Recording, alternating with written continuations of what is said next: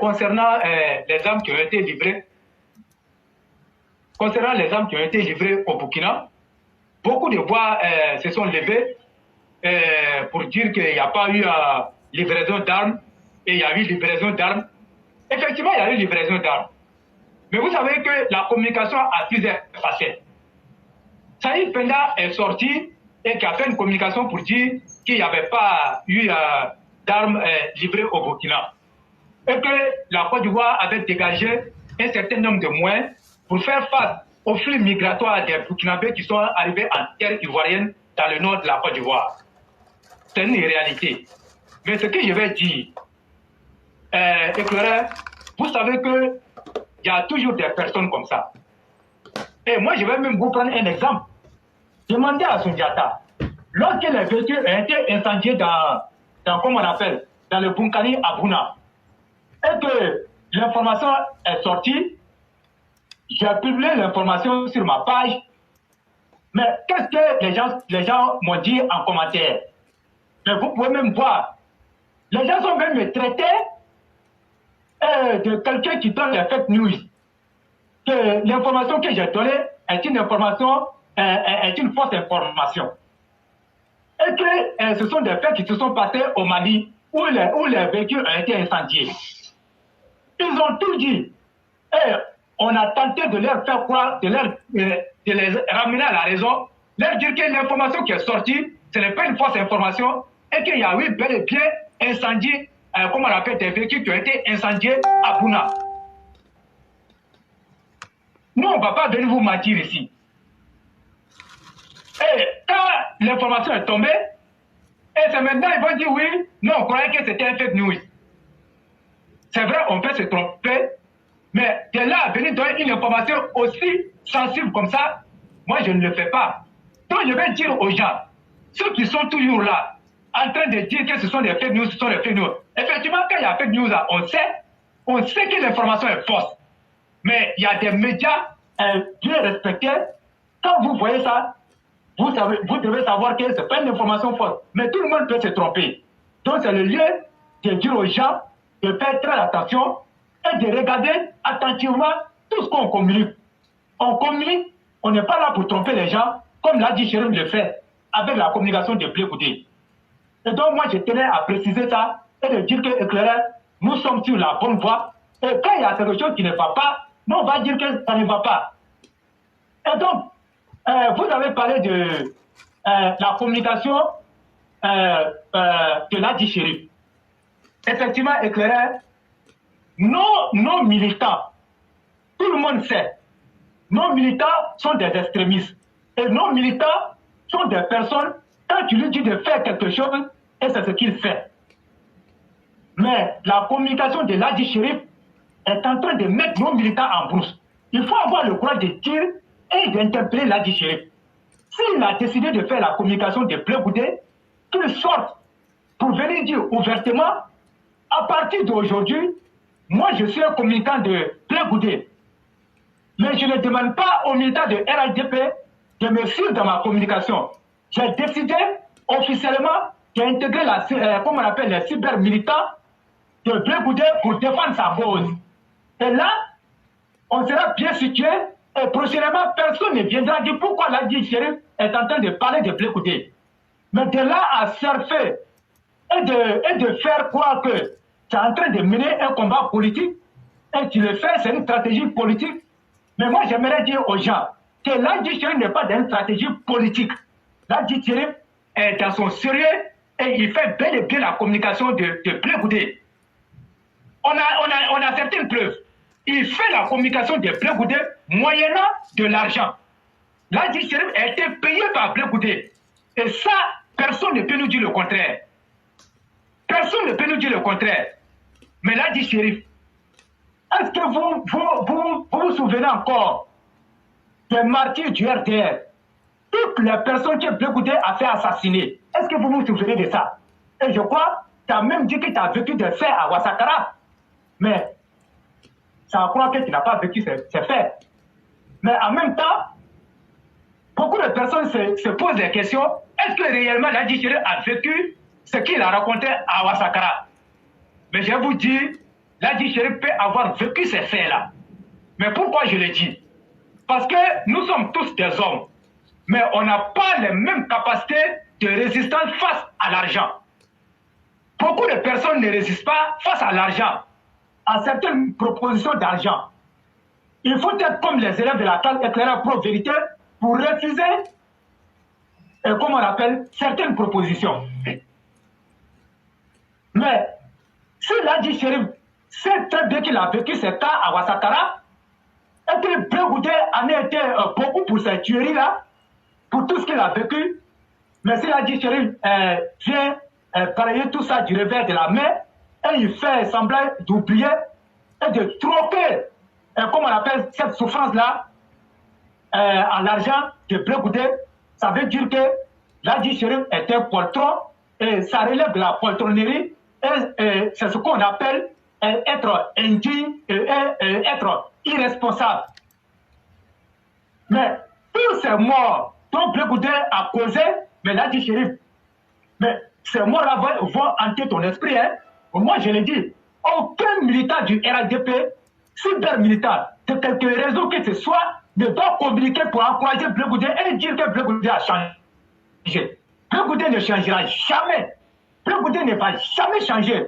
Quand on est en position de faiblesse, on se donne une, comment on appelle, une autre posture, de sorte à berner les esprits et montrer aux gens qu'on a changé. En réalité, l'état de sauvagerie et l'état des criminels reste toujours en Blé Goudé. Mais l'étiquette ne va jamais quitter en Blé Goudé. Mais désormais, moi je traite Ladji comme un communicant criminel de Blé Goudé. Parce que tout ce qui s'est passé, on a vu ça ici en Côte d'Ivoire. Et Ladji Chérif, mais tu viens de signer ton arrêt de mort. Moi, je te le dis, hein, tu n'es plus crédible, comme on appelle, aux yeux de nos cadres. Tu n'es plus crédible aux yeux de nos militants. Quand ils regardent tes vidéos, mais ils te voient un guignol. Tu es plus qu'un guignol. Ce n'est pas pour ça que tu as pris ta caméra pour venir sur les réseaux sociaux. Tu as pris ta caméra pour venir défendre la cause du président Alassane Ouattara. Mais quand tu es arrivé, tu le faisais si bien. Et le Leclerc a même dit, tu étais l'un des cyberactivistes militants qu'on écoutait. Et par moi, je partais sur ton direct. Je t'encourageais. Beaucoup de nos élèves de la classe ici le faisaient. Mais tu as perdu beaucoup de personnes. Mais c'est parce que tu n'es pas crédible. Tu es un homme versatile. Mais quand on est un homme versatile, il faut s'attendre à avoir, comme on appelle, à voir toutes ces personnes qui te soutenaient et te quitter. Et c'est ce qui est arrivé. Tu te retrouves dans la bassesse aujourd'hui avec les filles qui jouent de la comédie sur les réseaux sociaux. Et tout ça là, quand les gens qui ne savent pas analyser les faits vont dire, mais Ladji Chérif est en train de les blaguer pour les faire révéler RADP. Et cher mouton, Ladji Chérif n'est pas en train de les blaguer. Il est dans son sérieux. Aujourd'hui, il s'est placé comme l'un des principaux communicants de Blé Goudé. Il faut que ça cesse. Nous, on va le critiquer. Et si nous, on va dire ça de vive voix. Si Ladji Chérif n'est pas content, il n'a qu'à nous appeler et il va venir nous expliquer. Mais quand il va finir de nous expliquer là, on est quand même doté d'une intelligence pour savoir si c'est la vérité ou pas. Mais c'est très honteux de ta part. Tu ne peux pas venir moyenner la lutte là. C'est combien Blé Goudé va te donner qu'il va faire ta vie. Et moi, je l'ai toujours dit ici, il y a un cadre, un haut cadre très respecté du RADP. Sa cellule de communication me contacte tous les jours. Et aujourd'hui matin à 6 h, j'ai été encore appelé. J'ai dit non, je ne suis pas dedans. Mais ce n'est pas n'importe quel cadre. Mais Ladji Chérif, si moi je m'avais là-bas, ce que je vais avoir, c'est plus que ce que Blé Goudé va te donner. Mais je dis non. Moi, je ne veux pas être, comme on appelle, je ne veux pas voir comment on appelle, ma bec clouée. Je ne veux pas voir ça. Ils vont venir clouer moi mon bec, je refuse ça. Donc, si toi tu es sérieux, il faut arrêter ça. Parce qu'aujourd'hui, tu as mangé à la table du diable. Et beaucoup de personnes sont dessus de toi. Moi, je te le dis honnêtement, hein. Je te le dis honnêtement. On dit quand on fait un travail là, à un moment donné, on s'assoit et on fait le bilan. Qu'est-ce qui a marché? Qu'est-ce qui n'a pas marché? Qu'est-ce que je peux faire pour améliorer ce qui a marché? Ou encore, comme ça n'a pas marché, quelles sont les nouvelles stratégies que je vais employer? Mais on fait un bilan Mais apparemment, tu communiques comme ça, tu ne sais pas ce que tu fais. Mais c'est très dangereux. Et l'Adi Chérif n'est pas le seul dans ça. Hein. Beaucoup de non-militants et super-militants sont dans ça. Mais nous, on ne va pas rentrer dans ça. Le jour où vous allez nous voir dans ça, vous allez comprendre. Éclaireur a dit un élément. Le jour que vous allez, Éclaireur va rentrer dans ça, le roi du printemps ne va plus parler ici. Sundiata va arrêter, le Cyclone va arrêter, beaucoup de personnes vont arrêter. Mais là, Éclaireur, s'il est intelligent, mais Éclaireur va savoir que, mais qu'est-ce qui se passe? Ou bien, la posture que j'ai prise là, c'est ça qui a amené les gens à me quitter. Et il va se poser ces questions-là. Et s'il s'avère que c'est comme ça, l'éclaireur, un homme intelligent, va repousser chemin et il va venir reprendre son éditoire, son audience pour continuer le combat. Mais apparemment, tu te plais dans cette position. Faut pas que quelqu'un va venir nous dire que l'Adi Chérif ne se plaît pas dans cette position. Hein. Il se plaît dans cette position. Aujourd'hui, c'est lui qui est devenu, comment on appelle, le manager de Annie Télé. Et c'est lui qui fait la promotion du livre de Annie Télé. Mais on connaît les choses que les Annie Télé ont fait ici. Mais est-ce que vous pouvez nous dire que ce que nous on dit c'est faux? Mais ce n'est pas faux. Ce n'est pas faux. L'Adi Chérif fait ta communication et laisse nos militants en paix. Est-ce que tu comprends? Tu fais ta communication et tu laisses nos militants en paix. Et je dis aux militants, restez mobilisés, ne suivez pas l'Adi Chérif. Black Goudé n'a pas changé. Il tient encore des réunions nocturnes avec les éléments de la FECI. Par personne interposée.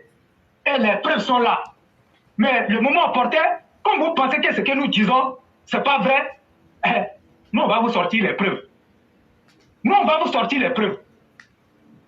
Au moins quelqu'un qui est doté d'une intelligence et qui a vécu la crise ivoirienne peut admettre que Black Goudé a changé. Sacrilège. Sacrilège, je n'arrive pas à comprendre quoi. Et même mon cadavre ne peut jamais accepter et ne peut jamais supporter ce que Black Goudé a fait à la Côte d'Ivoire. Jamais. Aujourd'hui, il faut se réunir en 2025 pour venir contre les militants du RADP. Mais moi, à partir de maintenant, là, moi, je traite l'Adi Chérif comme les corps. Si moi, je vois l'Adi Chérif en train de souffrir avec un serpent, moi, je vais sauver le serpent pour laisser l'Adi Chérif. Parce que l'Adi Chérif est plus que, c'est-à-dire sa capacité de nuisance est plus élevée que celle du serpent. C'est ce que l'Adi Chérif nous a montré. Venez soutenir Black Goudé. Mais l'Adi Chérif, mais tu as perdu le sens du combat. Moi, je tiens à dire ça de vive voix. Moi, je n'ai pas peur. S'il pense que c'est faux là, il n'a qu'à m'appeler. Il n'a qu'à m'appeler. Et moi, je le dis en toute honnêteté et en toute conscience. Les gens sont déçus de l'Adi Chérif. Et tout le monde est déçu de lui. Tu prends tous les cas, même sont déçus de lui. Personne ne l'écoute. Et vous-même là, quand vous prenez sa communication, mais c'est une communication qui a un contenu très vide. Mais alors que quand on vient sur les réseaux sociaux, il faut pouvoir influencer, comment on appelle, ces personnes-là, ton audience, avec ce que toi tu dis. C'est le contenu de ta communication qui fera de toi un homme digne, un homme fort. Dès que tu prends ta caméra, tout le monde court pour venir là. Mais chez nous ici, là, nous on a toujours dit que nous on n'a pas besoin de la quantité. Nous on a besoin de la qualité. Mais cette qualité-là, elle nous suffit. Cette qualité-là est déjà bonne pour nous. Mais franchement, moi j'aimerais interpeller les super militants et leur dire de communiquer utile. De communiquer utile. Quand on dit de communiquer utile, mais communiquer ce qui peut capter l'attention des gens. Communiquer ce qui est bon pour le peuple. Et non communiquer pour induire le peuple, comme on appelle, en erreur. Et c'est ce que les L'Adi Chérif sont en train de faire. Moi, j'en ai trop gros sur le cœur concernant l'Adi Chérif. Je n'ai jamais imaginé que l'Adi Chérif va faire ça. Mais pourquoi il le fait? Aujourd'hui, lorsque Stéphane Mété a fait sa vidéo, mais tu savais très bien ce que Stéphane Mété disait, c'était la vérité. Comme tu es un poltron, tu n'es pas assez courageux, tu es resté là-bas et tu as envoyé le vieux Péré journal. Nous, on l'a fait asseoir et on lui a donné des conseils. Mais pourquoi toi tu ne sors pas? Mais arrête de donner, comme on appelle, ton palabra par procuration. Mais tu as induit le vieux Péré en erreur. Et il faut que ça cesse là, dit. Sois courageux et assume tes actes. Oui, il faut assumer tes actes. Et là, tu es en train d'assumer, comme on appelle le fait que tu as avec Blé Goudé. Mais tu l'assumes de façon voilée. Il faut avoir une prise de position pour que tout le monde sache que quand tu dis que tu fais quelque chose, il faut que ça soit ça. Comme nous, on le fait ici, là. Nous, on a dit que nous, on ne va jamais changer nos lignes de communication. Ça va faire mal aux gens, mais c'est ce que nous avons choisi de faire. Et nous, on fait très bien notre travail. Donc, je m'arrête là pour dire qu'il a encore temps que la DGCRIF se ressaisisse. Je vais revenir sur le cas de la communication de... Le roi. Comment on appelle? Le roi. Du chèque. Le roi. Oui. Avant de vous donner la parole, je souhaitais Oui. lire quelques avis et si possible, si vous pouvez vous prononcer là-dessus. Il y a Kaswat qui dit par exemple, il y a d'abord Olivier Amiral, le grand maître, qui dit ceci. Cher frère roi du printemps, si l'Haji Chérif a déjà pris le salaire avec Blé Goudé, il doit forcément faire le travail. Comment pourrions-nous nettoyer l'eau déjà souillée?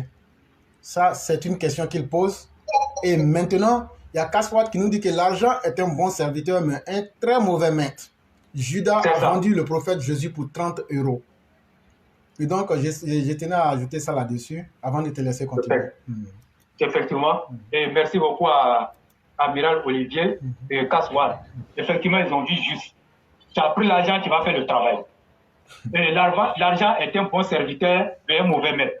Et merci beaucoup pour ce que vous avez dit. Et donc, aujourd'hui, c'est clair. Il ne faut pas que quelqu'un va venir nous berner ici, éclairer pour dire non, là, c'est quoi. Non. Et puis, il ne faut pas que quelqu'un va rentrer en inbox avec éclaireur. Celui qui veut rentrer en inbox éclaireur, il n'a qu'à venir sur la plateforme éclaireur pour vérité. Parce que si vous dites des choses là-bas, là, éclaireur ne va pas venir se justifier ici et puis nous, on va accepter. Hein. Il ne va pas venir se justifier et puis nous, on va accepter. Il n'a qu'à venir ici expliquer pourquoi il a fait ça. Voilà. Là, si nous, on doit le lyncher, on va le lyncher et puis on va se suivre. On n'est pas en parable, hein, mais on doit se dire les vérités. Là où le combat est arrivé, là, c'est un pour un, temps pour temps. Parce que cette opposition-là, ce qu'elle est en train de préparer dans l'homme, c'est très grave. Et mais si on n'y fait pas très attention, ça va nous coûter cher. Mais je vais dire aux gens, la Côte d'Ivoire est gérée. Le pays est sécurisé. Le président Alassane Ouattara a mis énormément d'argent pour sécuriser la Côte d'Ivoire et de faire en sorte que ce pays-là demeure en paix. Et la Côte d'Ivoire demeurera en tout cas en paix avec le président Alassane Ouattara. Et vous-même, vous avez vu, nos forces de l'ordre, dès qu'il y a une situation bizarre quelque part, même les braquets et autres là, aujourd'hui, regardez, tu fais ça, tu as braqué quelqu'un, comment on appelle, à 18h39 minutes, à 19h00, on t'attrape. Merci beaucoup au président de la République.